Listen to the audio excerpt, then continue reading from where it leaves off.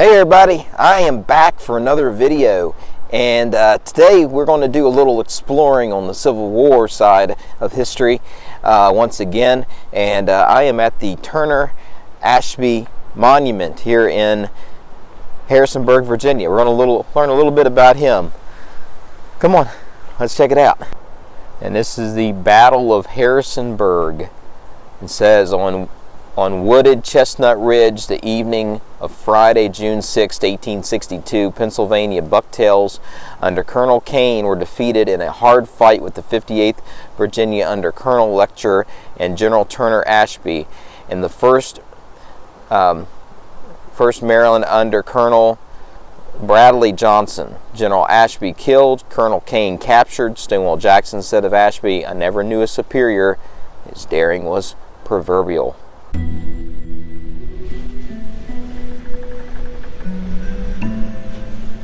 So on June 6, 1862, the vanguard of Union General John C. Fremont's force, pursuing Confederate General Thomas J. Stonewall Jackson's army south up the Shenandoah Valley, reached this point near Harrisonburg.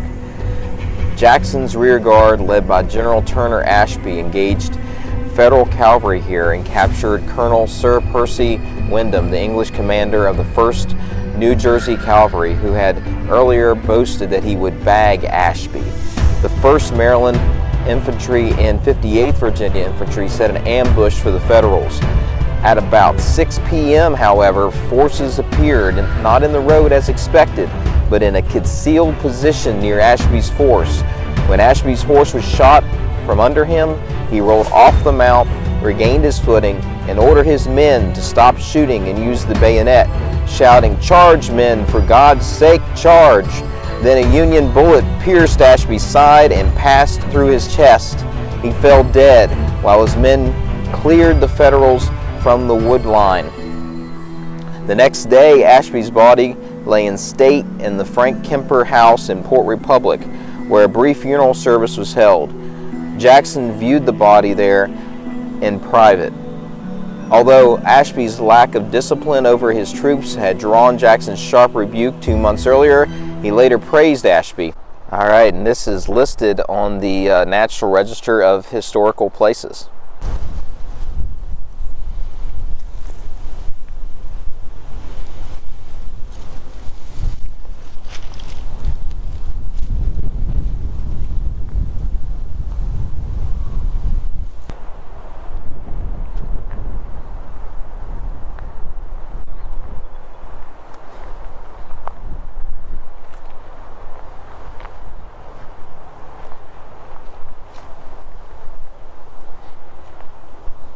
And here is Turner Ashby's monument right here.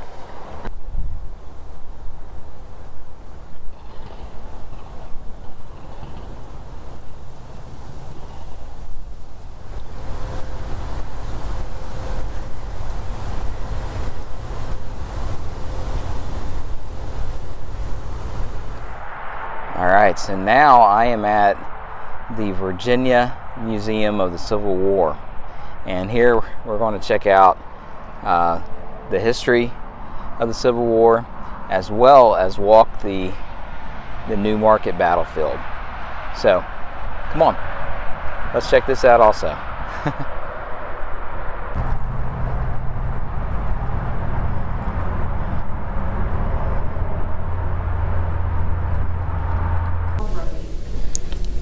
So this is one of the most popular and admired exhibits in the Virginia Museum of the Civil War. It's a 28-foot long slab glass window created by Israeli-born artist Ami Shamir. The window was the brainchild of Robert Blood, who designed the museum exhibits for its opening in 1970. Check us out.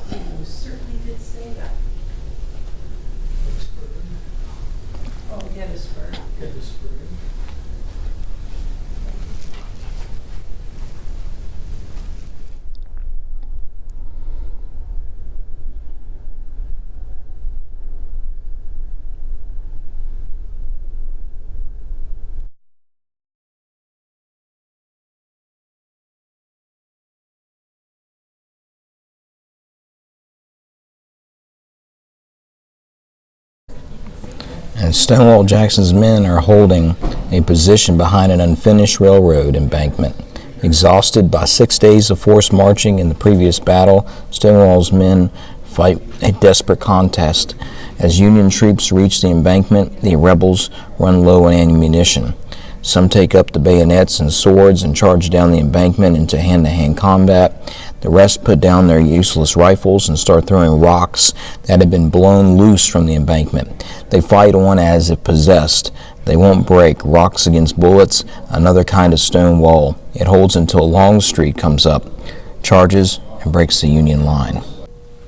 So on the second day of the war's bloodiest battles, Confederate troops entrenched behind a stone wall on Marye's Heights. Their position is impregnable. But yesterday, General Burnside hurled his Union troops 6 times against the stone wall.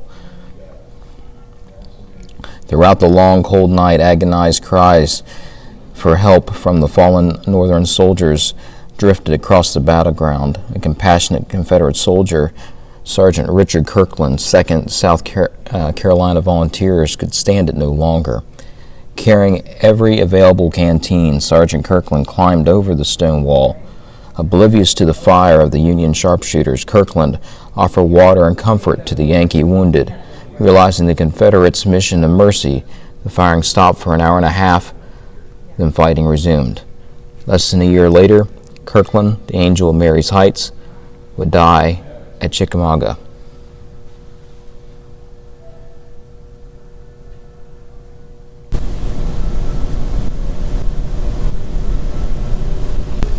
Alright, we're going to look at some guns, folks. Some guns.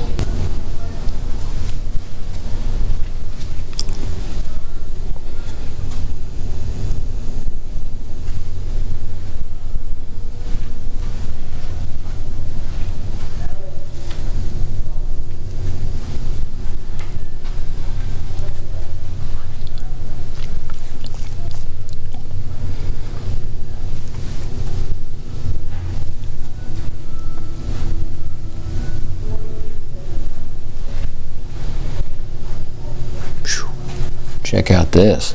Mr. Lincoln's machine gun, they call it.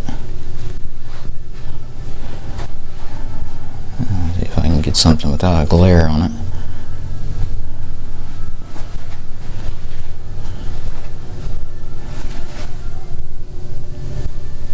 Abraham Lincoln said, "I saw this gun myself and witnessed some of experiments with it, and I really think it warrants the attention of the government."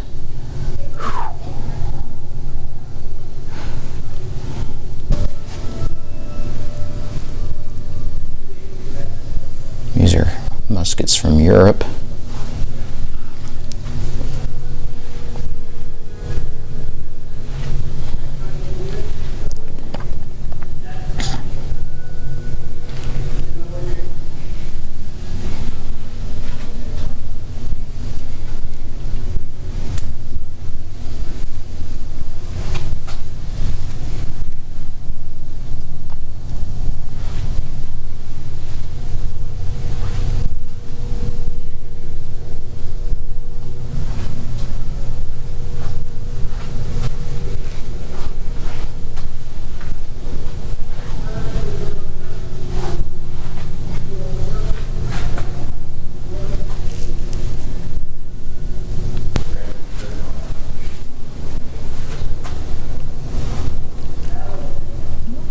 Off to war with Grandpa's shotgun.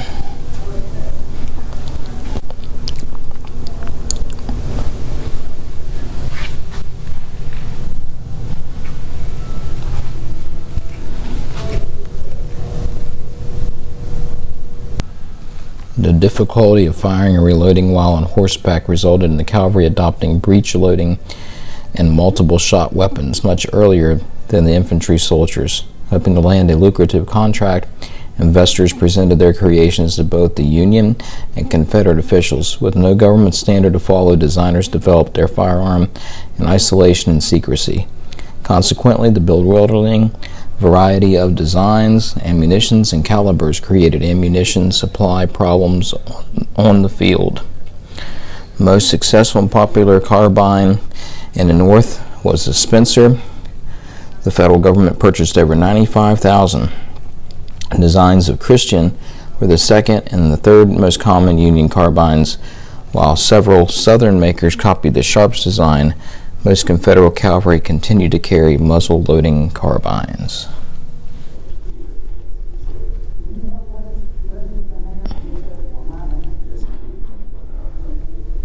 And this is the New Market battlefield. The Battle of New Market occurred here.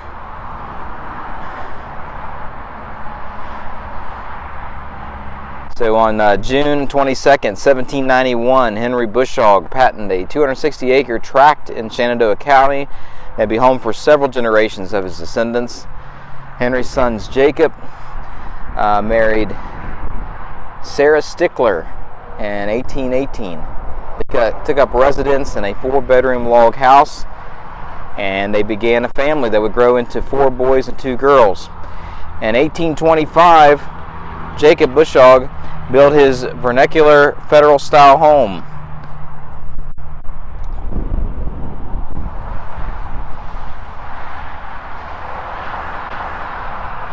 And then in 1852, an expansion added double porches added to the north end to provide extra room to the growing family. The Bushogs raised wheat, oats, cattle, hogs, and horses. Wheelwright and blacksmith shops provided farm implements for the Bushogs and other area families. The family worked alongside 3 African-American slaves on the property, an unnamed man, a woman named Mary, and a young boy, Israel. On May 15, 1864, 7 family members took refuge in the sturdy cellar at the Battle of New Market raged across their farm. Peering through the windows, they saw the VMI cadets pass on the east and west sides of the house as they marched to join the Confederate battle line. After the battle, the house and barn, like most buildings in and around Newmark, served as a hospital.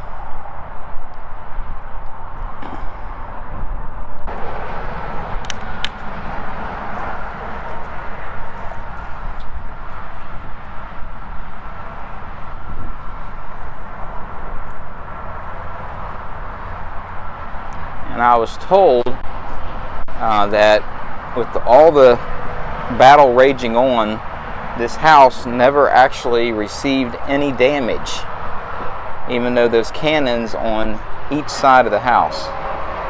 So let's check it out. Turn to the left, turns hard. Ooh, and here we are. We are in the house, guys. This house is nearly 200 years old, around about 200 years old, I guess. This is all original, they said.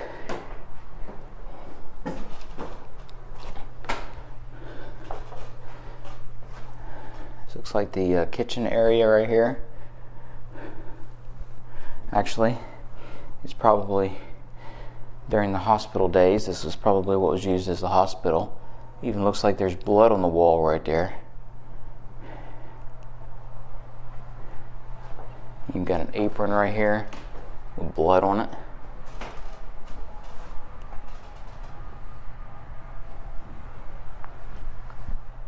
I try and picture just being at this farm during that time period with the gun fire all around you,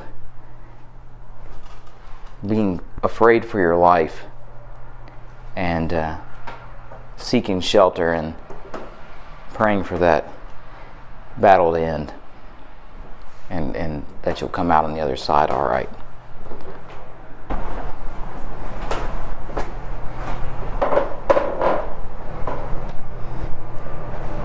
Look at that, nice cake right there, prepared. This looks like this is the dining area of the farmhouse.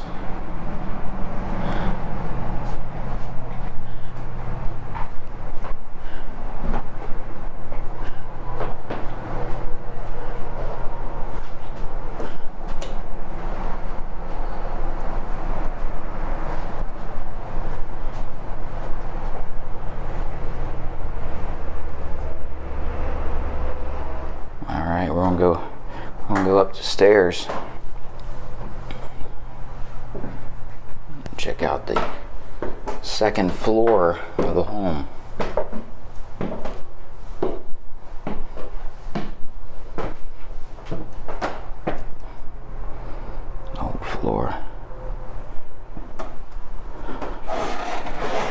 Here's one of the bedrooms.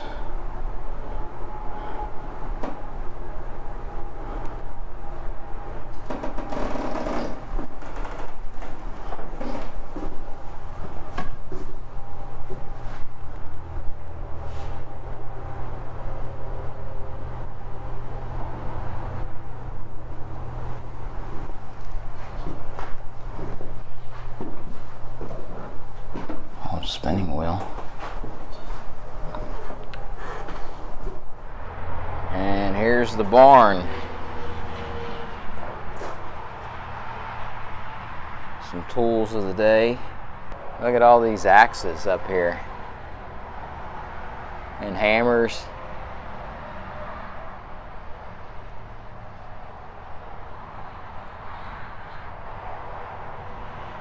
A little blacksmith area here where they forge their own metal.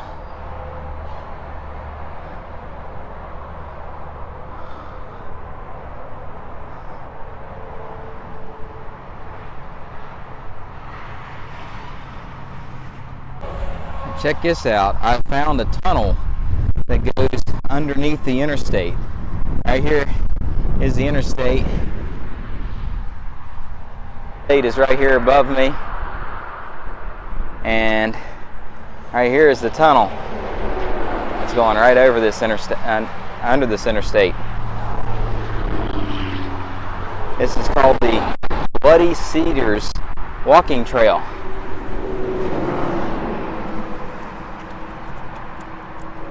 All right, guys, let's walk the tunnel. You ready? All right, guys, we are walking the tunnel underneath the interstate. This is pretty cool. Here's a skylight. And this is like, I believe this is the median right here. This is the median of the interstate. And this is where I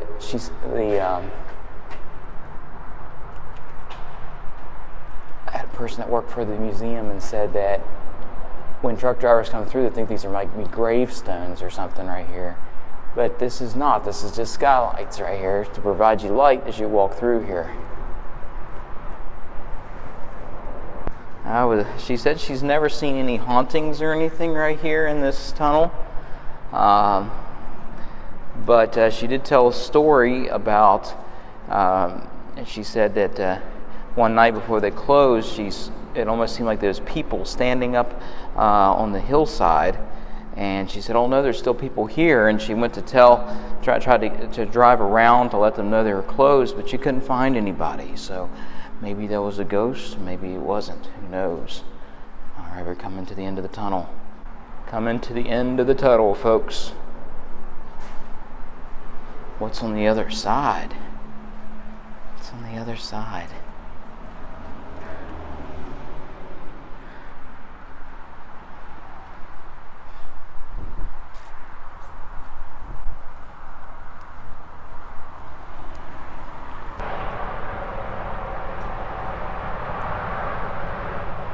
Here's another view of the tunnel and the interstate above.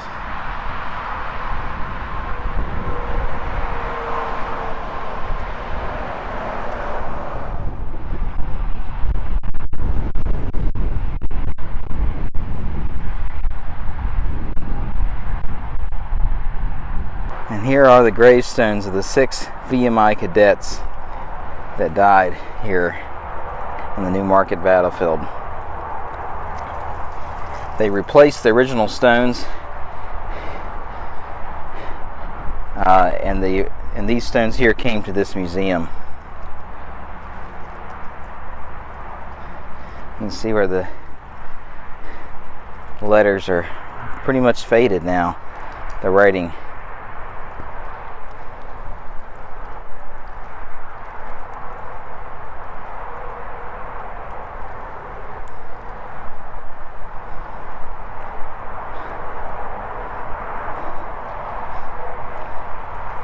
This one right here is probably the most legible out of all of them.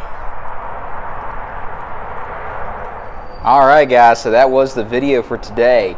I hope you really enjoyed it, because I sure did. It was nice walking through the battlefield, learning more about the Civil War, and hope you guys liked it. I sure did. So please share the video if this is something you enjoyed, and please subscribe as well.